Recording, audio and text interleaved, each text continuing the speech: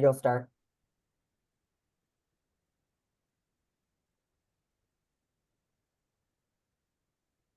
Hello, hello, hello, everyone. Welcome.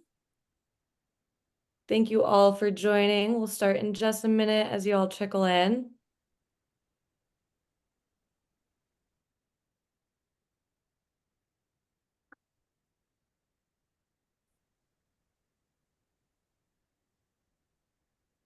Amazing.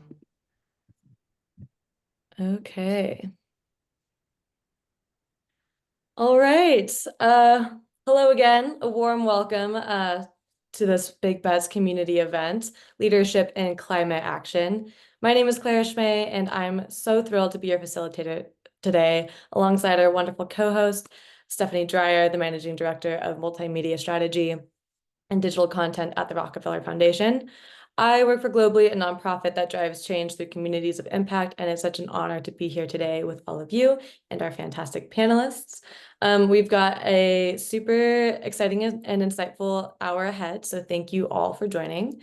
Before we dive in, I want to cover a few housekeeping items. Number one, please make full use of the chat, share your thoughts, questions, and respectful opinions. It's a great way to connect with others and contribute to today's discussion. Two, we are committed to creating a positive and inclusive space. Be kind and respectful. There's a zero tolerance policy for any disrespectful behavior. And three, we'll have time for questions from the audience at the end. So feel free to drop any questions in the Q&A box. We'll do our best to get to as many as possible. Without further ado, I'll pass it over to Stephanie to introduce our wonderful panelists and get us started. Steph, take it away. Thank you, Clara. Good morning, good afternoon, good evening to everyone who's joining us. We have folks joining from all over today. I am so excited to welcome you to our Leadership in Climate Roundtable. This is the second virtual event that we have had for our Big Bets community at the Rockefeller Foundation. This community, which is nearly 4,000 people strong, is full of trailblazers, innovators, and activists who are working to tackle some of the world's most pressing challenges like climate change. And so we wanted to give you this opportunity to hear from some of our experts today who are alumni of the Rockefeller Foundation's prestigious Bellagio Center. Each of them attended a residency in Bellagio where they were able to focus on their big ideas, and each of them will bring a unique perspective to leadership. We want members of this community to learn from and engage with our Bellagio alumni and be inspired to perhaps one day apply for a residency or convening there. And as a member of this community, you will be the first to know about application information and updates on other exclusive opportunities that we give to our community. One of those is actually in the next few weeks, we're going to be announcing the next cohort of our Big Bets Fellowship. So make sure to read the monthly newsletter that we send out and other Big Bets community emails. So with that, I want to just briefly introduce our panelists, which you can see on our screen today. We are so lucky to be joined by four amazing experts. We have Samantha Carlin with us. She is an expert in leadership and host of the YouTube show Samantha Politics. She went to Bellagio in October 2023 to work on a book about feminist leadership. Samantha is currently the CEO of Empower Global, which provides leadership diagnostics and training for global companies. And she also teaches the Women's Leadership Challenge. Next, we have Toby Tompkins. For over 30 years, Toby has worked and lived on 3 continents. He's worked as a coach, trusted advisor, consultant, and author to leaders and teams about how to move beyond the struggles that stand between them and the emergent opportunities or challenges that they must address. Inspired by Nelson Mandela's leadership journey, Toby's leadership development platform called Beautiful Leadership, the Path of the 21st Century Leader presents a transformative research-based framework and tools for leaders committed to catalyzing and creating decolonized, self-determined, and sovereign social impact in the world. We also have Janet Salazar. Janet is a social innovator, strategist, and partnership builder, speaker, and a global leadership architect. She is the executive chairman at Foundation for the Support of the United Nations and CEO of SGT Holdings. Her commitment to influencing leadership decisions to foster strong public-private partnerships has built many tangible collaborations globally, elevating key collaborative platforms in the United Nations. Janet was at Bellagio in March 2023 to work on a breakthrough leadership book about the unseen and oftentimes hidden power and influence that leaders have. And finally, we have Claudia Horowitz. Building on her first book, The Spiritual Activist, Claudia's Bellagio work focused on a set of essays about the skills needed for collective liberation. She is now adapting those into a book which incorporates her life on a disappearing island. It's called Transforming with Land and Sea, Meeting at the Intersection of Spiritual, Ecological, and Political Adaptation. So we are so excited to have all of our amazing experts and Bellagio alumni with us. I want to just thank the speakers for joining us. I'm now going to hand it back over to Clara, who's going to moderate the conversation going forward. Awesome. Thanks so much, Steph. What an impressive lineup of speakers we have today for this conversation. First up, we'll hear from the incredible Claudia Horowitz. Claudia, the floor is yours. Thanks, guys. Hi, everyone. I just want to acknowledge how odd it is to be talking to a group of folks we can't see. So I'm trying to picture you all in my mind, and glad that you're here. It's really good to be here. I want to start with context, where I'm from and how that informs my approach to leadership. For most of my life, my vocation has sat at the intersection of economic and racial justice and the imperative of internal or spiritual work. As a young community organizer, I had some really big epiphanies around the lack of sustainability in our movements and in our own lives. I was really losing a lot of friends and colleagues, whether it was undetected health issues, political violence, suicide. And I woke up one day with this intense knowing in my heart that we were dying and we weren't winning and there had to be another way. And that sparked a fierce desire in me to find a new way of organizing, working, and being, which then set me on a path to uncover what spiritual wisdom has to offer. So that's the bulk of where I come from in terms of my work and my ethos. And then 10 years ago, I moved to an island called Ocracoke. It's a barrier island about 23 miles off the coast of North Carolina. This island was a temporary fishing camp for small branches of much larger native tribes, the Algonquins, the Chawanag, the Pataskit. And there are families here on this island that have a 300-year history, and also newer families who came from Mexico to work the fields in the eastern part of the state and found their way here. So if you know anything about barrier islands, this one is constantly being reshaped. And it's being reshaped by a host of complex and interconnected phenomena, right? So the strength of storms and hurricanes, the rise in sea level, atmospheric forces like the wind, and the amount of sediment that moves, like the literal shift of the contours of the island with the sand. And what that means is that everything about this place can seem like a metaphor, and it's also real life. This island is reachable only by ferry. It's a 13-mile strip of land, which is mostly protected national seashore. And most of our daily life is dictated by things that are unpredictable and completely out of our control. So the velocity and direction of wind, if the ferry's gotten here with our mail, if the next storm is going to create an overwash that will make driving impossible, how much salt is the wind carrying in and what is getting corroded and unusable as a result. Now, like, we know that flooding has gotten so much worse and we're experiencing that in such a visceral way. A storm 100 miles off the coast can still create a really dangerous surge. And then that knocks out our trees, which of course we really need to anchor this very fragile ecosystem. It also can mean that the road at the north end of our island gets shut down and there's no more access. The state runs our ferry system, but we really don't know how much longer this island is going to be accessible. So I just want you to imagine your own version of this, right? Wherever you live, the climate crisis is having an impact on daily life. It might seem small right now, especially to other people, probably not to you. Or it might be really massive and very like in your face. most of my neighbors have really just recovered from a hurricane that happened here 5 years ago.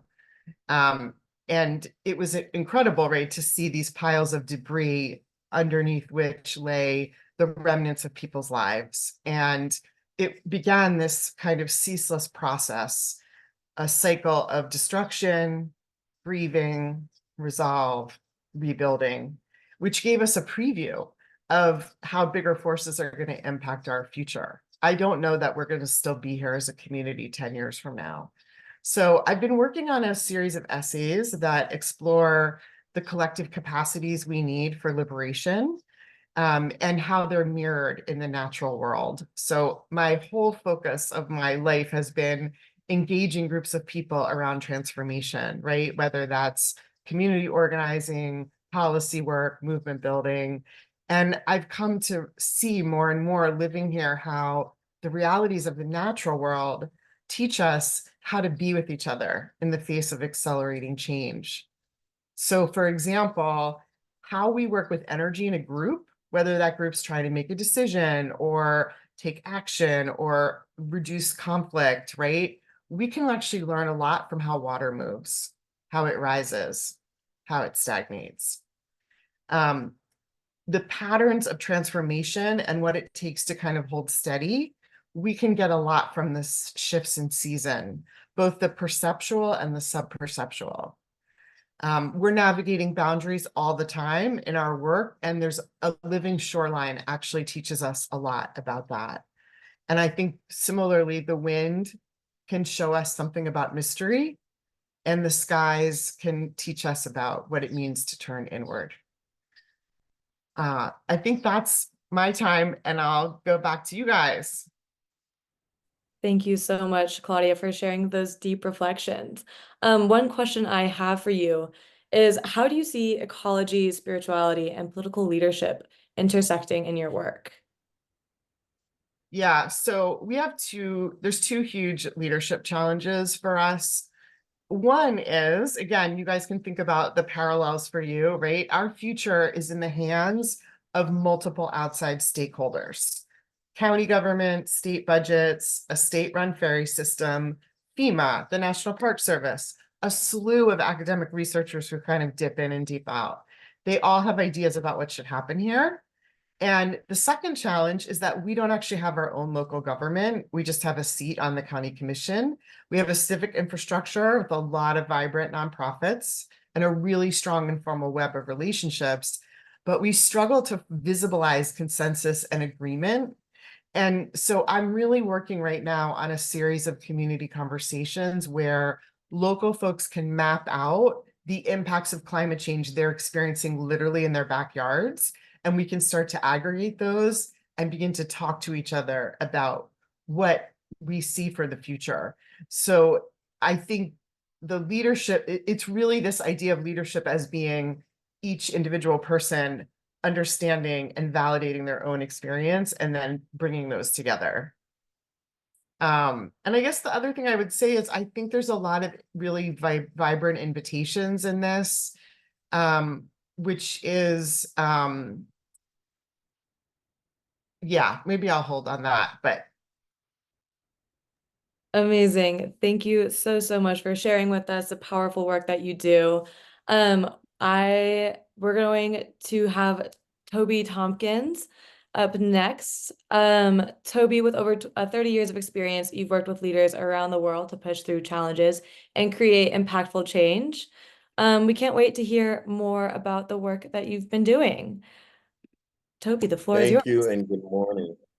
Thank you. And Claudia, we need to stay in touch because I so understand and appreciate that the solution to change for the challenges created by humanity are spiritual and rooted in nature and biomimicry. So really, really interested in that, and it's really guiding my work.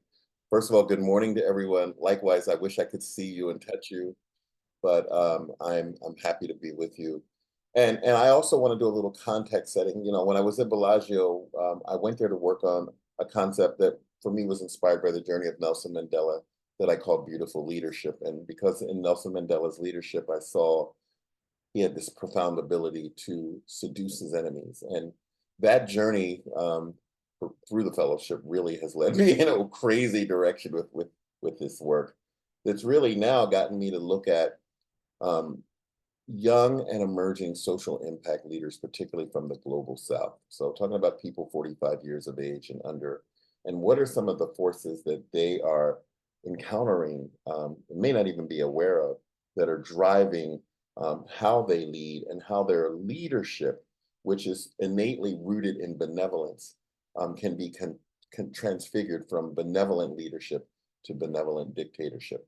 But some setting around that is like what's causing this. And I really went to look back at the end of the Cold War in the late 90s, which really produced for a lot of ruling class elites a new narrative analysis about how, let's just say, the West should prepare counter strategies to deal with a shifting world order that was really moving the locus of power away from the global North and into the global South and other places. And as a result of that, for example, the U.S. Army College produced some leadership work that was developed by Warren Bennis and Bert Nanus called VUCA. And VUCA was designed to help leaders and help rulers maintain, protect, and build power in this new emergent reality. VUCA stands for volatility, uncertainty, complexity, and ambiguity.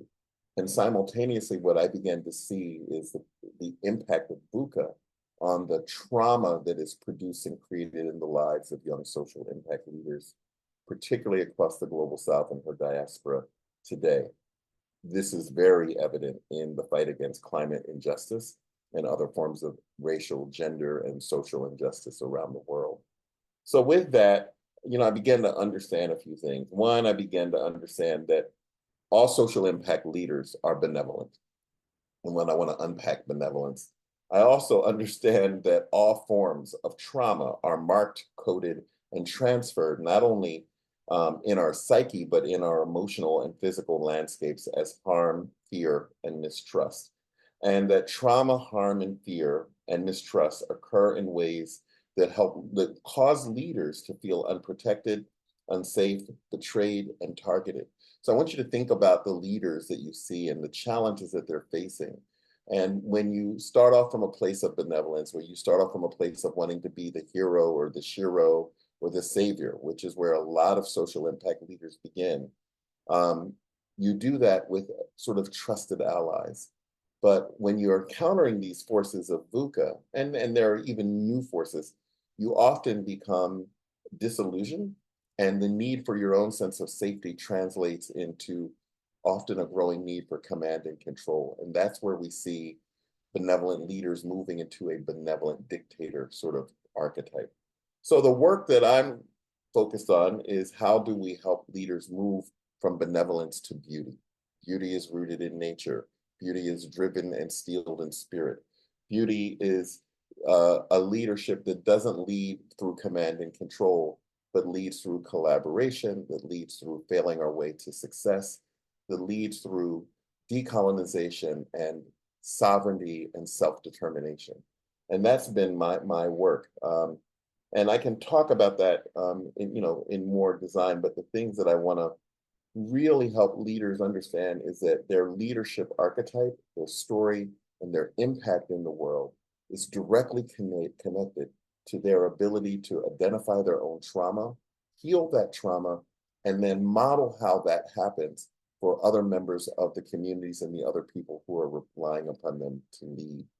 So I'll stop there because I could go on and on and on and on, but I'll open it up for any questions or clarification that people might have.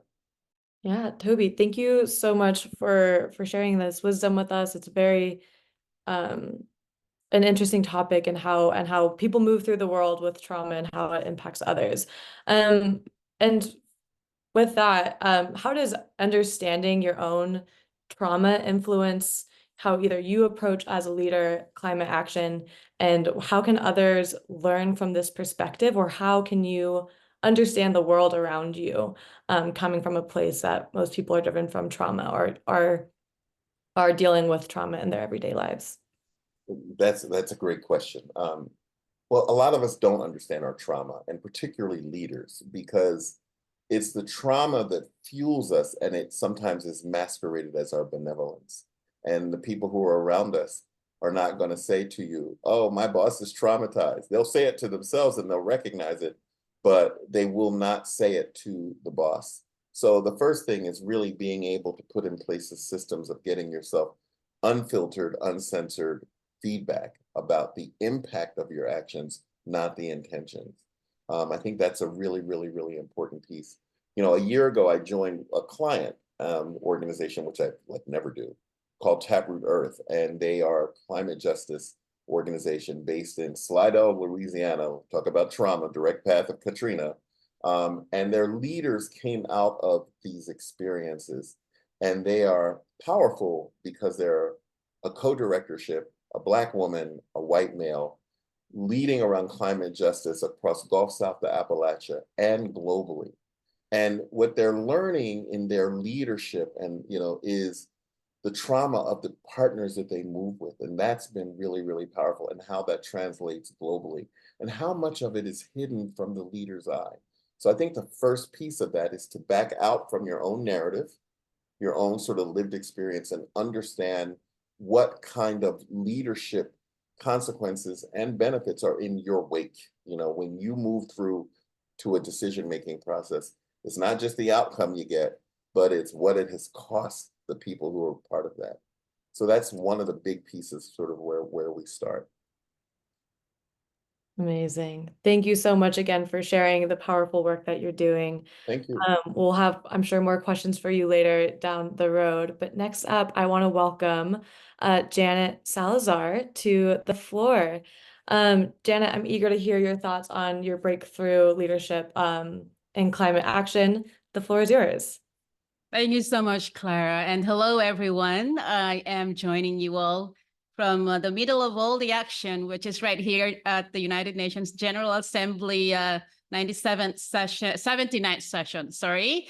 And yeah, where all the action is right across the street from where I am right now speaking with you all. So very thrilled to be here. And again, this is really timely discussion and really important, you know, as we all know. And being in the middle of it all this week, also, you know, attending a lot of these high-level events have even more opened my eyes into the importance of leadership, specifically what I'm going to talk about, which is global leadership in terms of climate action. But diving into the actual topic right now, I want to take us back into behind the scene. And that is the entire concept of the framework Alpha Whisperers. So yes, you know, now we have all our presidents and ambassadors and global leaders gathering here at the United Nations for the General Assembly and climate action. But I wanted to spotlight the leaders that are behind these leaders. And these are what I call the Alpha Whisperers, and how they are so important and influential in making sure that the advices and the strategies that they give to our alphas or the leaders at the front line are equally impactful in making sure that climate topics and climate action, specifically from a funding perspective, where I'm coming from, investment and also gender lens, are mainstreamed and really put to the fore as key factors in making sure that these decisions coming from the top level are really action-oriented and something that will really be implemented in all the practical ways. And that entails public-private partnerships, which is another thing that I do very well with my team at the Foundation for the Support of the United Nations, and also with my company. So one of the things, as an example, to showcase the importance of public-private partnerships is my recent site visit in Hokkaido in Japan. So I was there with a couple of my team members to check what would be a joint venture between our foundation and a fifth generation farm owners who have designed a really amazing circular economy model. And so they toured us to all these their farms, the cow farms, the dairy farms, the melons, thousands that they grow, huge vast of land, etc., and how also climate change have been impacting their operations. You know how it is in Japan, their geographical location is really impacted by a lot of natural calamities like earthquakes and flooding and hurricanes and tsunamis and stuff like that. So again, what they said was this, Janet, as investors from your foundation and from your private family office, we need this kind of investment or seed money to start, mobilizing our circular economy project before the government then can come in and support us and give us additional funding. So, and then on the other hand, they are also trying to mobilize the local members of their community. These are all generations of farmers, right, that are living in that community in Furano, which is about an hour drive from Hokkaido's main city. So I saw again how important it is for public and private partnership to come to the fore and make sure that initiatives like this, right, that is going to determine the continuation and sustainability of this practices, model practices, if you may, that are now being also modernized and, and with the help of technology, et cetera, how this will be deployed effectively and continued from generation to generation. But it really takes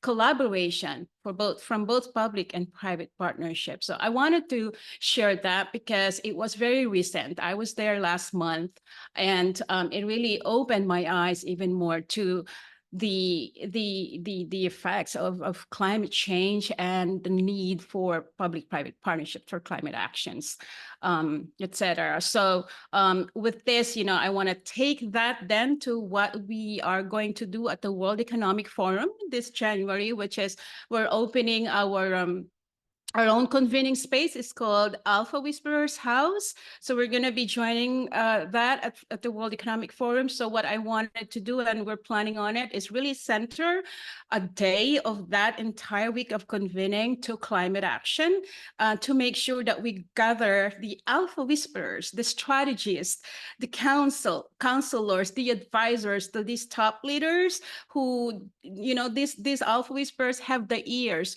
of our top leaders, right? So I want to call on them. And so if you identify as one of these Alpha Whisperers, top strategists and counselors, especially to our leaders who are in the middle of, advancing climate action, I'd love for you to get in touch and see how you can join us to World Economic Forum so we can all advance climate action for positive change.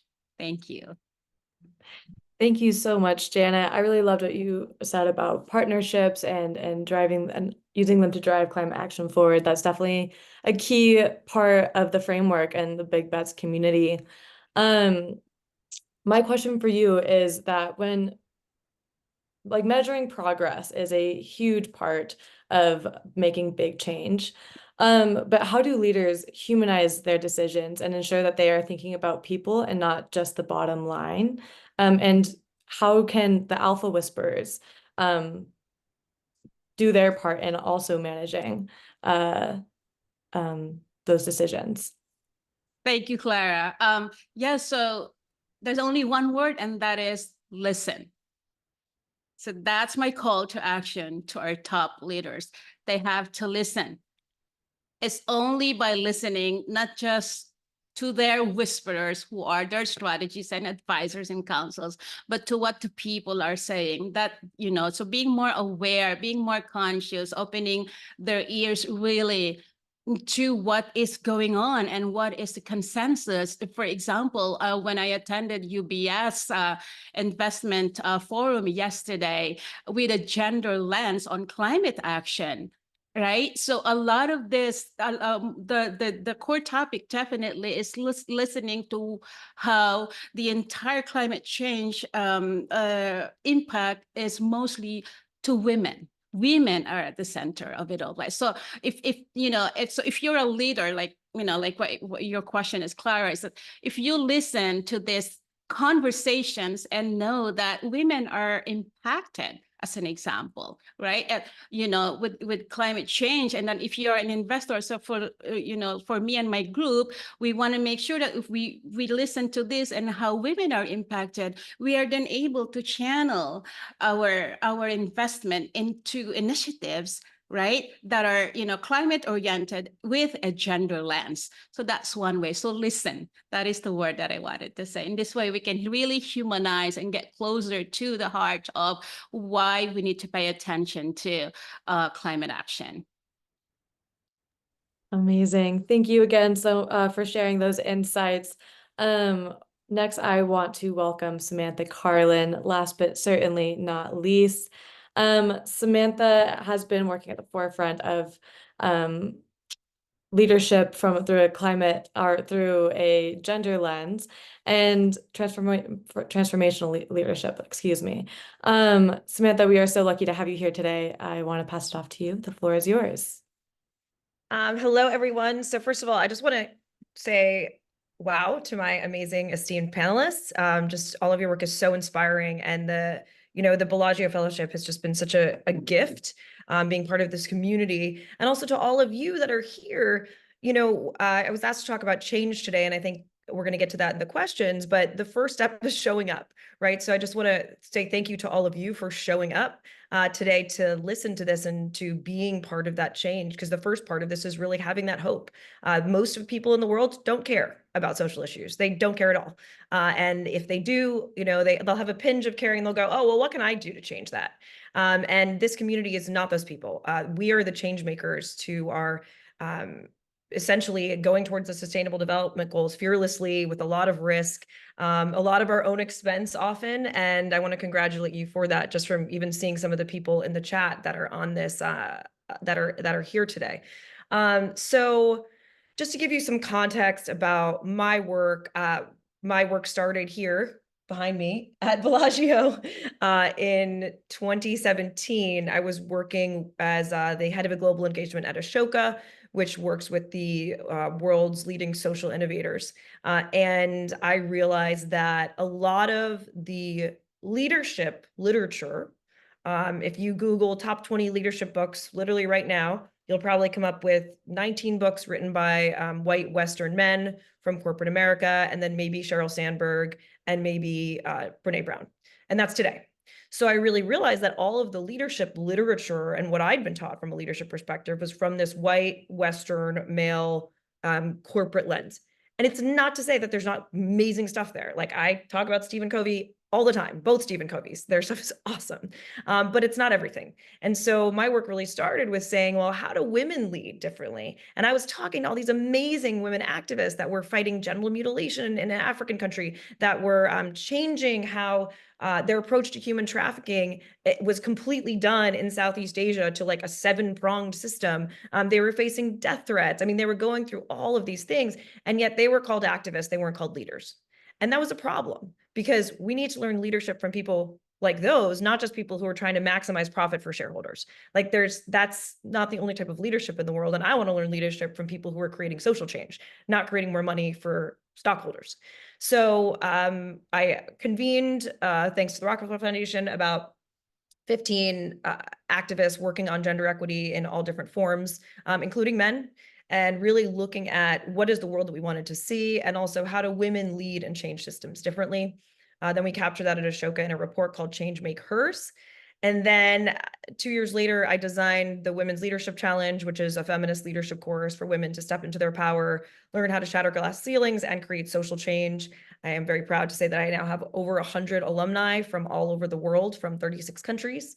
And it's a year-long course. I'm actually right now looking for people for the next cohort, or interviewing people for the next cohort. So I'll pop the link in the chat. And I'm going to be doing like a 7-day free challenge for on feminist leadership and the feminist leadership formula and what that means with like our free workshops every day. So that'll be the end of October. So I'll make sure that that gets in the chat as well. But you know, it's really important. Actually, let me just stop here and see and go for the questions, because I think that those I can elucidate more in the questions. Absolutely. As you've mentioned earlier, that the reason all of us are on this call is because we are leaders in our community in one way or another. Can you give us advice on how to make change in their community and the world? I'll pause there and see what you have. Yeah, so I'm going to share my screen for a second, because I figured instead of just throwing stuff at you, let me actually try to make it a little bit organized. So I'm not going to go through this whole thing, but after working with, everyone see my screen okay? Okay. Yep. After working with all sorts of different activists and leaders, and also from the private sector too, I've worked with, you know, heads of companies, and I've also worked with heads of Department of Labor, and you know, activists from the State Department that got maternity leave passed, and the Air Force, who, you know, were able to enable women to now fly while pregnant, which you weren't allowed to do not very many years ago. I kind of started to gather lessons and figure out, okay, what are all the lessons about creating change? And the thing about change is that, you know, so many people think like, I'm going to go to a protest. I know that's not this community, but like protests are mostly useless. They show some popular support, but they're not strategic. And when it comes to change, you have to be really, really, really strategic about how it is you create change. So this is the change model that I created at Empower about how to create change. I don't want to go crazy with it because of the time, but I'll give some broad strokes. You know, you have a community here. Figure out who else is in your lane, right? We have to work together. None of these issues they're all too big for us to solve alone. So who else is working on these issues in different places? How can you collaborate together? How do you organize the people that care about this, which includes your grassroots constituencies? Doing your research and making sure that in your organizing team, there's somebody who knows every angle of an issue. PESTLE means political, economic, social, I'm not forgetting the other three, but you know, you have to really understand each area of an issue. So when you get pushback, you can say, well, here's the economic argument. Well, here's the political argument. Well, here's the social argument, so that somebody is an expert in all of these areas. WIIFT, this is my favorite one. People are self-interested, and you have to explain what is in it for them. Why should they change? So I'll give you an example from climate. So Jackie Nunez took my leadership course. She's the head of advocacy at the Plastic Pollution Coalition. And Jackie started something called the Last Plastic Straw. That's also a lesson in itself, because she realized she wanted to target single-use plastics, but it was easier to go with a gateway issue, which was plastic straws, to get people interested in plastics. But anyway, she was trying to get restaurants to hand out less plastics, and so, or less straws. So the argument that she made to them was, hey, you know, if you say to people, you don't give them a straw, and then if they want a straw, you give it to them, you're saving money. So these restaurateurs, do they really care about the environment? Meh, maybe. What do they care about? Saving money. Well, by giving people straws automatically, you're actually, you know, there's money that you're spending that you shouldn't be spending. So that's a kind of argument. It worked. And a lot of restaurateurs in California stopped giving out straws, and if people asked for one, they gave it, and they were saving money. So that was in it for them. But Jackie was from a social or environmental perspective. I'm not going to go through all of these because I think it's going to take too long, but I will go through one more model that I think is useful, which is this one. Oh, wait, no, this is the wrong screen. Hold on one second. There's one more model. Oh yeah, it is. It's right here. This is the other one I want to show you briefly, and I teach this in depth in the Women's Leadership Challenge. So this is called a power analysis. And so power analysis is essentially looking at, okay, who is your red team? So who are the people that have a lot of power that will get on record and be able to push your issue forward? And so they're highly aligned and they have a lot of power. People with low alignment and high power, you still have to pay attention to, because they're going to push back against you, but they're not aligned. People with low alignment and low power, ignore. Don't worry about them. They just leave them alone. The people that don't have any power and they don't care and they don't align, get rid of them. The bottom, they have high alignment with your issues, but not a lot of power. That's your grassroots activists. So the two red parts on the right are where you really need to focus. And you need to do a power analysis to understand who is in these categories. And then there's a whole line of strategies of how to leverage grassroots people versus how to leverage that red team or fairy godmothers or the people that are going to push it through. So I'll stop there with my change theory because I could go on for hours. Amazing. Thank you so, so much for sharing your insights. I want to turn it over to the audience now to ask some questions. Please feel free to drop them in the chat. There's a Q&A function as well that you can drop them into. But to kick us off, this is a question for all of the panelists, so feel free to jump in whenever. You all came into this conversation with different perspectives on climate leadership and how to approach it. Looking ahead, I want to know, like, what are some of the most critical areas where you think that climate leadership needs to evolve, and how can current and future leaders address these challenges? I think climate migration is a huge area. I think it has a unique impact on women and children. I think it has a unique impact on families. I think it leads into some of the other kinds of injustices that citizens experience, including trafficking and violence and slavery. So I think looking at climate migration, which is forced migration, it has significant economic and socioeconomic implications from a generational perspective. And I've yet to see an analysis that brings all of that together in a way that speaks to all of the things that people have. And from a trauma lens, I think it's obvious. Thanks. Does anyone else have anything to add? Oh, go ahead, Janet. Thank you, Claudia. Yeah, it's really about, for me, it's about financing and investment. That is the most important thing right now that, leaders have to realize. I mean, the United States, as an example, is doing a great job on, mobilizing funding to support all climate action initiatives that we have here in our country, but also supports globally. But again, based, for example, on my travel to Japan lately, the one that I shared earlier, right?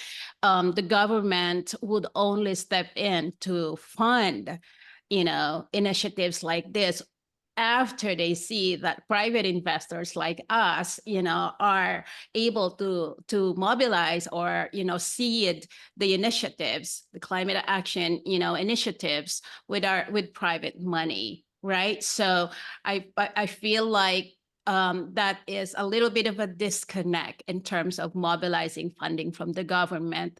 I feel like, there has to be more support coming from public funding, if because these are their people, right? So, there shouldn't be a lot of the waiting, especially if they are able to do it from an economic perspective, and not wait for, not do the wait and see game of who's going to fund it first before they jump in, right? So this is, I believe, one of the key areas that leadership should address, how money flows to support climate action initiatives and such as circular economies, models, etc. So again, and I have quite a few of these experiences where it almost a lot of times really is a wait and see game, who's going to fund it first, and then why, when we see it working, we're going to go and fund it. When we see there is a definitive ROI for us, right, we're going to see and fund it. So I feel like there has to be more initiative in terms of taking not, I understand the risk a lot of times, for funding climate initiatives from the investment perspective, but that is what it takes, right? A lot of times, it can be calculated risk, but there really has to be more channels to open up investment and funding for climate initiatives from leadership. Amazing. We One more have, thing, Sarah, yeah. is that- I Yeah, also want to say something about that too. Yeah, please. you go ahead, Claudia. Well, I want to build on all of this and say something kind of different, but hopefully complementary, which is, I think, honestly, the capacity to reckon with impermanence is huge. And all the dynamic tensions that exist in the work, all the false binaries that we're facing in terms of like short-term, urgency and longer-term solutions, the realities of like what is home and what is adaptation and what is leaving, like all of these they're really deep spiritual internal processes that are happening for people on the ground. And there's so much suffering that can come from not accepting reality.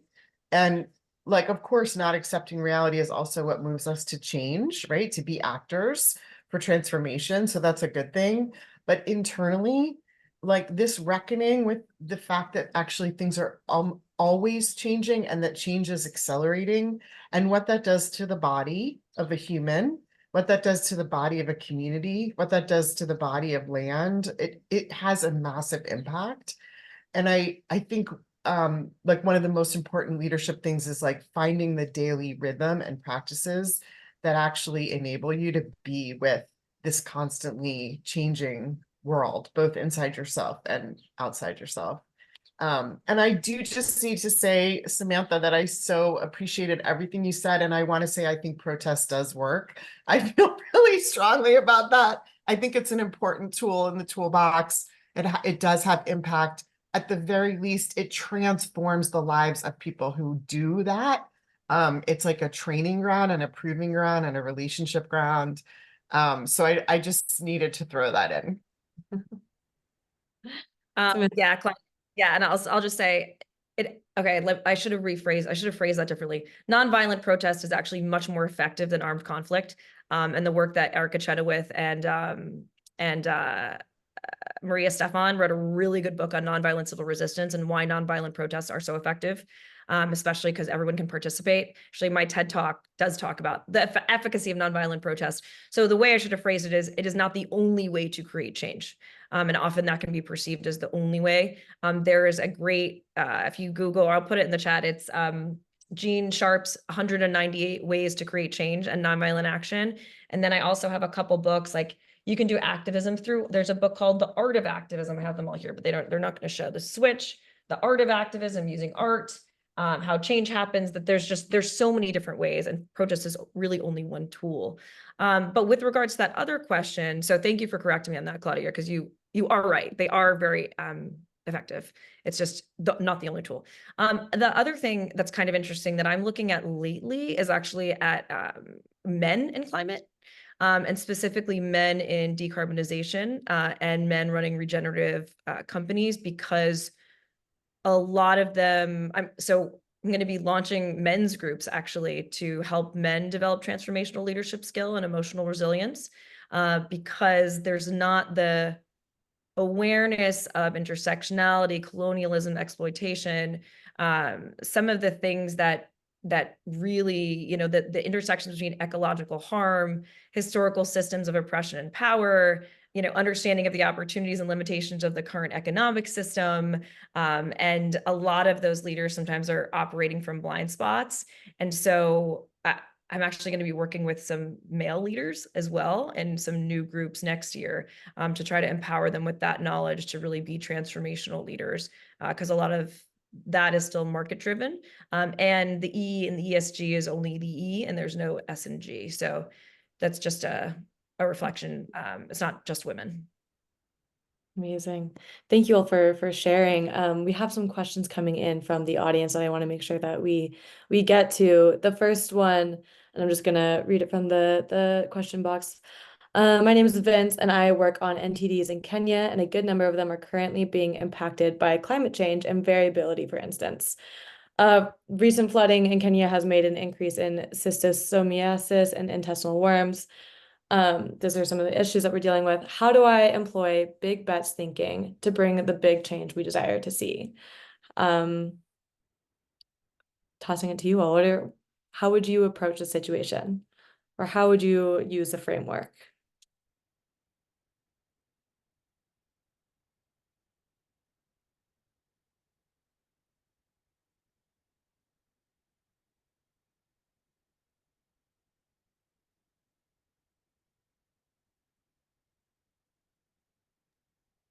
Well, I'll just speak up and say that, the Big Bets framework that the Rockefeller Foundation pushes forward talks a lot about bringing in unlikely partners, being relentless about data collection and tracking your information, and also trying to solve problems at the root rather than coming up with a Band-Aid solution. So I know, Janet, you have a lot of experience with public-private partnerships, and in a lot of cases there, you're bringing in an unlikely partner.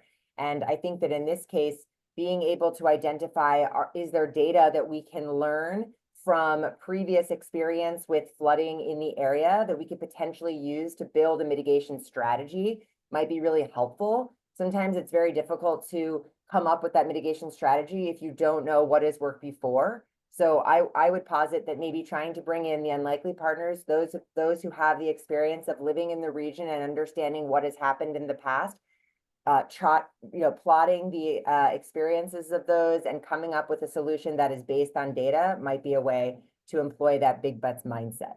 That is how the Rockefeller Foundation would probably look to it. Thanks, But Steph. open to the experts as well.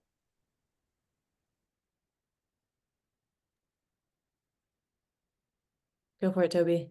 Sure. I think the notion of big bets and the framework for change and transformation is one that really enables or calls upon the leader to start with an inner self-assessment, to also look at early in the conversation, what do we do with power? Because I think power becomes the thing that everyone is watching how it builds, watching where the locus of power is, what the shifts are. And if we're talking about big bets, which are high risk, high reward opportunities, we can't do that without talking about power. I also think that the way you execute a big bet is from the bottom up, not the top down. So you're looking for a leader or a group of leaders who are able to empower the base and secure the base in a way that enables the base to transform. And then it's, I like a lot of what Samantha said about that. And I think that doing that with unlikely and unheard voices, the voices of women, the voices of indigenous communities, the voices of traditional leaders, the voices of nature-based leaders, in conversation and collaboration with the economists, et cetera, is how we get generative solutions. And then I think the other thing that's important, particularly for young leaders, is this notion of failing our way to success. Nature is a big bet. It really is, and I've begun to learn that. And nature will look at, we're building an internal system at Taproot Earth. It's called mycelium, based on what mycelium is in nature. And it's the little things that are under the ground, right? It's the fungi that actually runs the show. And I think that in big bet strategies, you have to be really clear about how do we make sure that the soil is ready? Because what we're producing are lotus. Lotus things, beautiful solutions that sit on the top of ugly situations. That's what we're doing. So that's what I see as possible from a big bet strategy. Amazing. And then one final question to round out this hour. What do any of you have like a message of hope or some advice that you would give to emerging leaders just beginning their journey or anywhere along their journey? I mean, I'll start. I always talk about Greta Thunberg. I mean, come on, like the girl was 15, I don't even remember, and sat outside of Parliament with a sign and became like the Forrest Gump of climate. Right? Like there's, you have the capacity to create change. And I would also say, I didn't say this earlier, but start where you stand. Right? So starting where you stand means, you might not be the CEO, you might not be the, UN whatever, head of climate. Where do you stand, right? What communities are you embedded in? Where do you have influence? Where do you have social capital? Where is your knowledge? And if you start from there, that's how you start to create change. It's within your local community where you have influence and power, and use that as your beta space. If you look at this as, oh my gosh, climate change is too big to solve, I can't solve it. Look at that. Look at straws, right? What is that gateway issue that can get you in and get people interested? But you're all here and you're doing the work. So I have hope that 95 people showed up to this today, frankly. So that's it. I love that. Start where you stand. That's super, super powerful. And that's anyone can do it. Anyone can start right where they are. Anyone else? I would say, for me, I would say like, to deepen the relationship with land is really a source of hope. Like, I think it's easy in the complexity of climate crisis to forget that the land is like a living and sovereign entity that has its own eternal wisdom, and it is one of our best kind of decolonizing forces that we have. So wherever you are, like to build that relationship with the land where you live, urban, rural, whatever it is gonna give you a different orientation, I think, to crisis. Absolutely. And from my end, again, going back to what we have all been discussing, as leaders, not everyone are at the forefront. Not everyone is an activist. I wanted to talk to those of you who identify as leaders coming from behind. It's the power behind the power, like what Toby mentioned, right? It takes power to move all this. And I'm speaking to the next generation of alpha whisperers, a new breed. That's what I call you.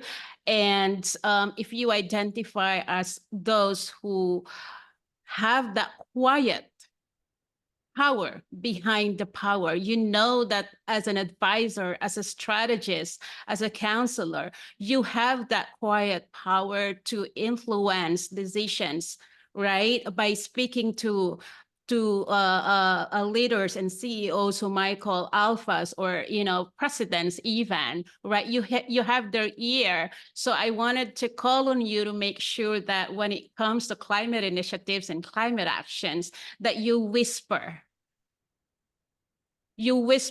decisions, you whisper influences that will influence the outcomes, will influence decisions at top level or mid-level or lower level that will really be for the greater good in terms of climate, and not just climate, but everything else that we all share.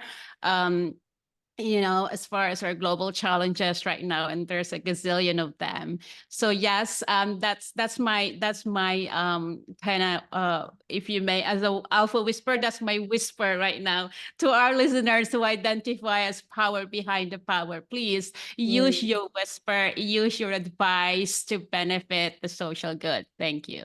Thank you. Toby, any last words? Yeah, and this might seem like a departure, but I think it speaks to the number of messages. What I have seen in 30 years of leadership, and it's really what inspired me about Nelson Mandela's journey, is that leaders need to bring and model and sustain and cultivate what I call unbreakable joy. Unbreakable joy is the face that you see in the midst of chaos, loss, et cetera, that takes the pain away, that takes the moment out of the context of the moment into a place of hope and inspiration. And that's not something that people just do in a way of self-sacrifice. It's something that they cultivate their own practices to do, to be able to provide as a leader to the people that they lead. So cultivating unbreakable joy, regardless of the issue, regardless of the fight, is necessary, because that is the only thing that, you know, the forces that you're working against cannot change. So, and it's already in our histories, it's already in our Negro spirituals and our narratives and our movement songs, et cetera, et cetera. All of that inspires unbreakable joy, and it is everyone's responsibility to cultivate that and share that and model that. Absolutely. All right. Anyone have any last words to say? If not, we'll close out. I'll just say thank you to the speakers for joining us, and thank you so much to the community. And again, please make sure you check your email for communications from the Rockefeller Foundation about other exclusive opportunities like this one. And I hope everybody has a great rest of their day. So thank you all, and we'll see you next time. Thank you, everyone. you. And thank you, panelists. You're all so Bye. inspiring. Bye all. Bye. Bye, all. Thank you.